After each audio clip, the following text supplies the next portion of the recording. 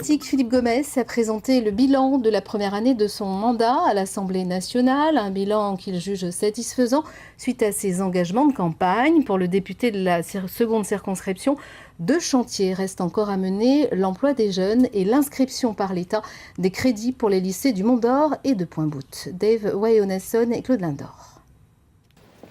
Un an après son élection au Palais Bourbon, Philippe Gomès fait un premier bilan d'étape. Sur les 10 promesses lancées pendant sa campagne, il revendique aujourd'hui la paternité de la création d'une autorité locale de la concurrence et la création de la commission pour la recherche d'un drapeau commun.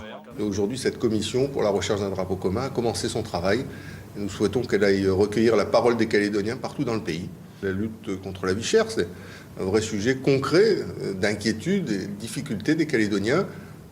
2 choses sur lesquelles nous avons pu progresser, l'encadrement des frais bancaires, et puis deuxième sujet, la création d'une haute autorité de la concurrence, dotée d'un pouvoir d'enquête et de sanction pour faire respecter la loi antitrust que nous venons de faire adopter par le Congrès de la Nouvelle-Calédonie. 2 autres dossiers sont actuellement en cours. L'extension à la Calédonie des emplois d'avenir destinés aux jeunes peu ou non qualifiés et le financement par l'État des crédits pour 2 lycées. Que les crédits nécessaires pour le lycée du Mont-d'Or et de Pointe-Boute soient effectivement inscrits par l'État à son budget 2014, de façon à ce qu'à la rentrée 2016, ces lycées deviennent une réalité pour les habitants du pays. Et sa priorité, la centrale électrique de la SLN.